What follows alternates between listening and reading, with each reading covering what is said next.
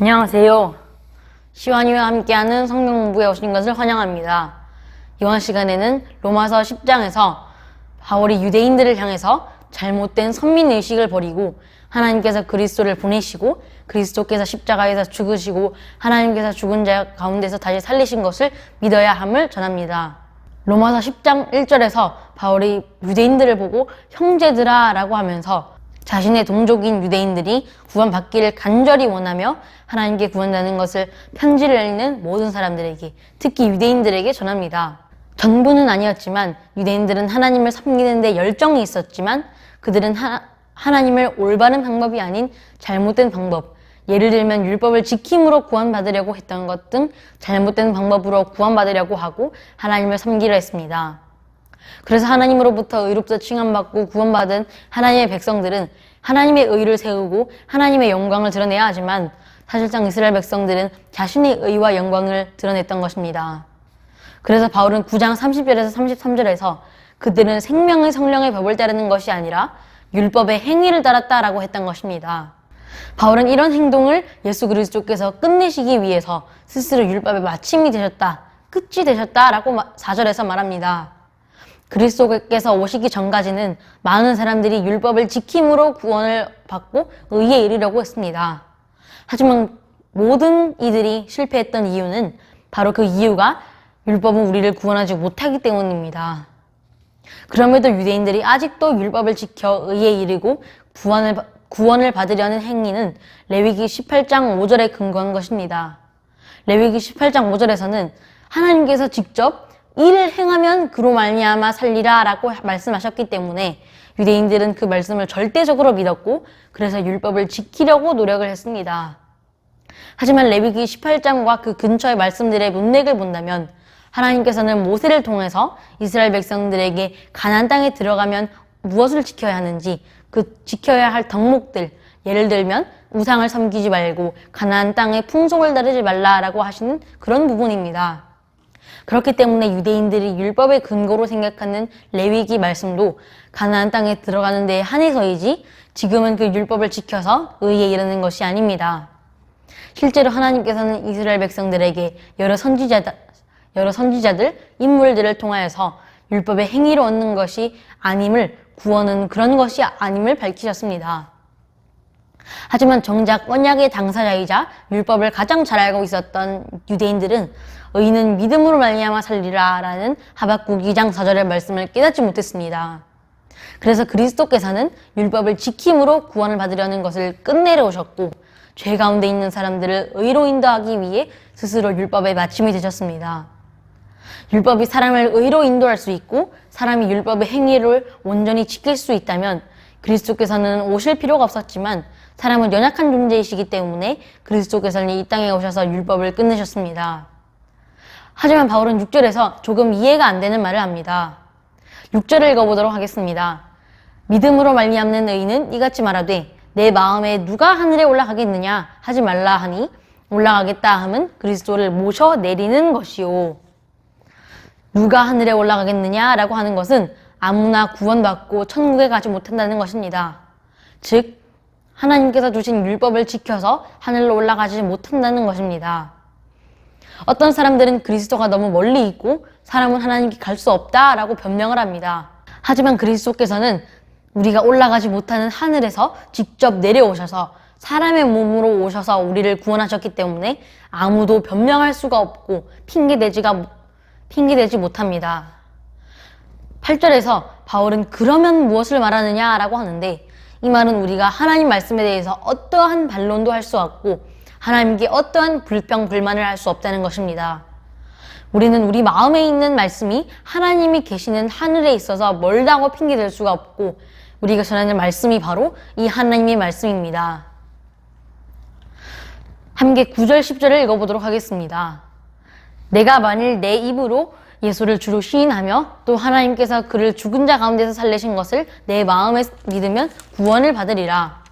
사람이 마음으로 믿어 의에 이르고 입으로 시인하여 구원에 이르느니라. 우리에게 말씀이 가까이 있어서 우리는 그리스도께서 우리와 함께 있다는 것을 알 수가 있고 하나님께서 그리스도를 죽은 자 가운데서 살리신 것을 믿고 구원을 받을 수가 있습니다. 그래서 말씀은 우리의 머리로 이해해서 믿는 것이 아니라 우리의 마음으로 믿는 것입니다. 로마서 4장 18절에서 나온 아브라함의 예시처럼 우리는 보이는 것을 믿는 것이 아니라 바랄 수 없고 믿지 못하는 상황 중에서도 우리는 보이지 않는 것을 믿을 수 있는 것입니다. 그래서 우리가 믿는 것의 구체적인 내용이 이미 9절에서 나왔습니다. 우리가 범죄한 것 때문에 하나님께서 우리를 위해서 자신의 외아들을 내주시고 다시 우리를 의롭다 칭하시기 위하여 예수님을 죽은 자 가운데서 살리신 것을 마음으로 믿는 것이 우리가 구원을 얻는 방법입니다. 그래서 여기서는 다시 한번 하나님께서는 우리를 구원하시기 위해서 자신의 하나뿐인 외아들을 보내셨다는 것을 알 수가 있고, 그래서 예수님을 죽도록 내보낸 것은 빌라도도 아니고 유대 군중들도 아니고 바로 우리 때문이었습니다.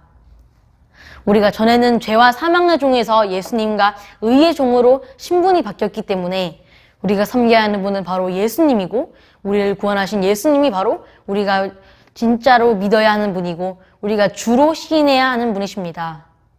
그래서 이 말씀은 빌립보서 3장 9절에서 그 안에서 내가 가진 의가 율법에서 난 것이 아니고 오직 그리스도를 믿음으로 말미암는 것이다 라고 한 바울의 고백처럼 그리스도를 말미암아 구원을 받은 것이고 그리스도를 말미암아서 우리는 깨끗함을 입었습니다. 바울은 예수님의 음성을 듣고 회심하기 전까지는 기독교인들을 박해하는 데에는 최고의 사람이었고 최고의 열정을 지녔습니다.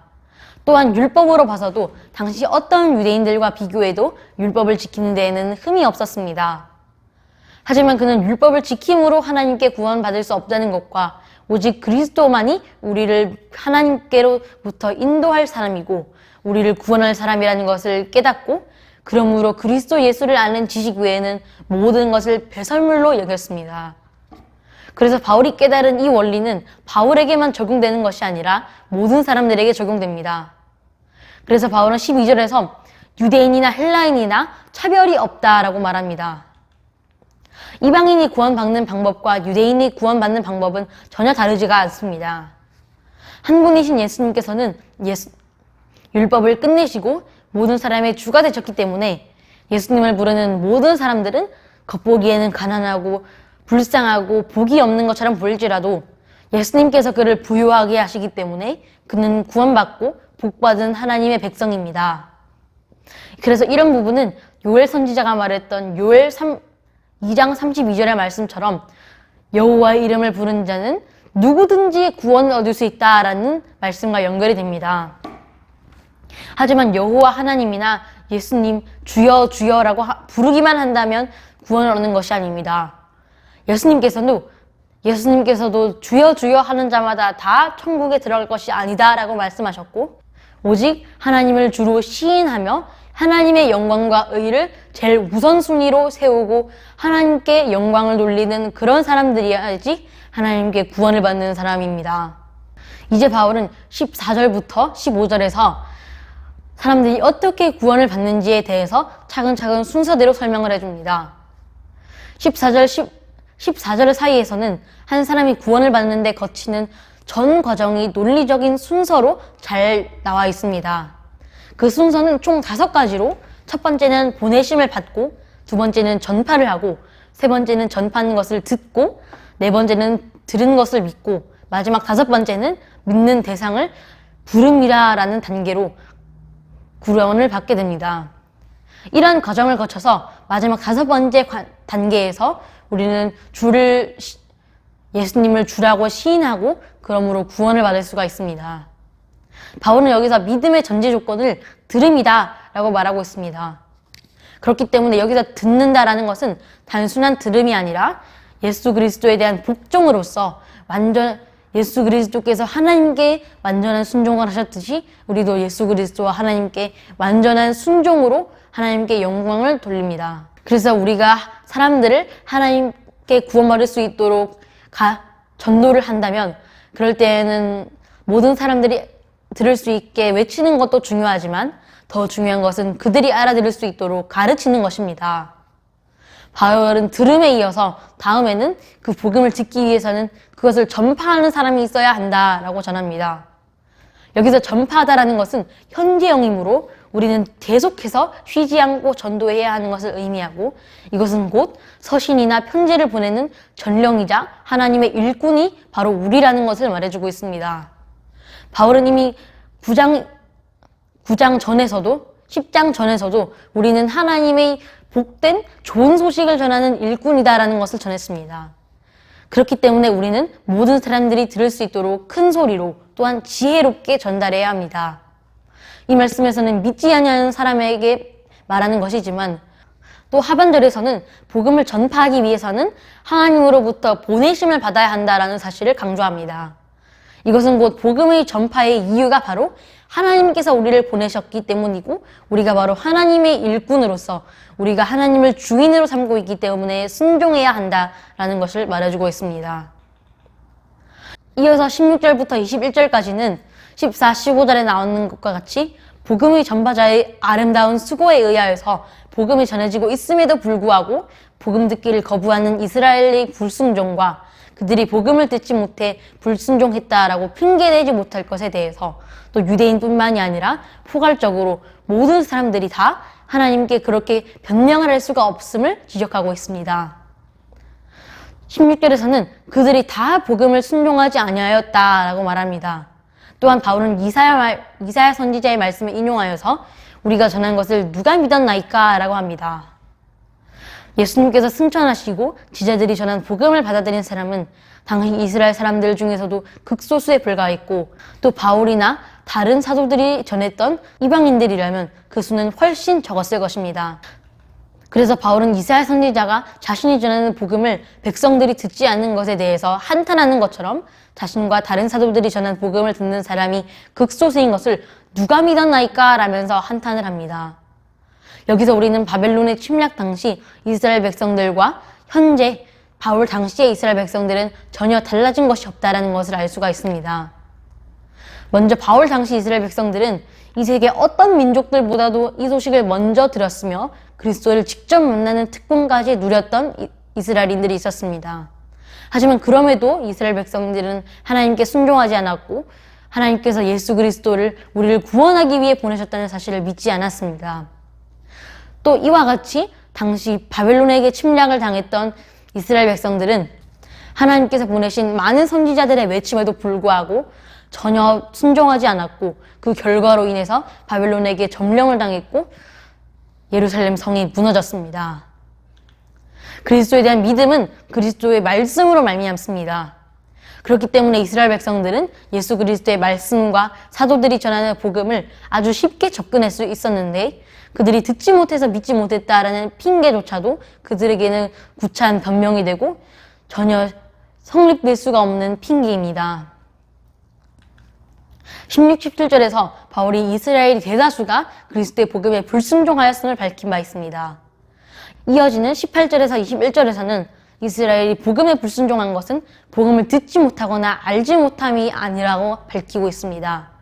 또한 이렇게 우리가 이스라엘 백성들처럼 그렇게 변명을 할 수가 없고, 그렇다면 우리는 어떻게 해야 되는지를 말해주고 있습니다. 17절에서 말한 핑계대지 못한다라는 메시지가 18절부터 더욱더 확고해집니다. 예수님의 말씀이 땅끝까지 온 땅에 퍼졌고 그 말씀을 전하는 소리가 땅끝까지 이뤘기 때문에 아무도 복음을 못 들었다고, 못 알았다고 할 수가 없습니다.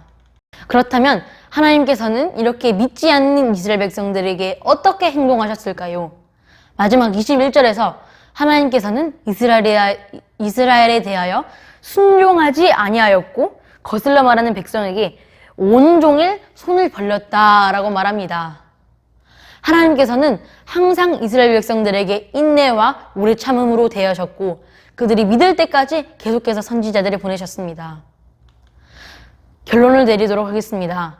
이스라엘 백성들에게 일어난 일들을 우리에게 어떻게 적용시킬 수가 있겠습니까? 우리는 하나님께 불순종하거나 또 하나님을 거스른다면 그건 절대 있을 수가 없는 일입니다. 왜냐하면 하나님께서는 우리를 보내셨고 하나님께서는 우리의 주인이 되신 분이시기 때문에 우리는 우리의 의와 영광을 세우기보다는 하나님 나라를 먼저 생각하고 하나님의 의를 세워야 하고 하나님의 영광을 돌려야 하고 세상 사람들에게 하나님의 영광을 아는 지식을 전파해야 합니다. 감사합니다.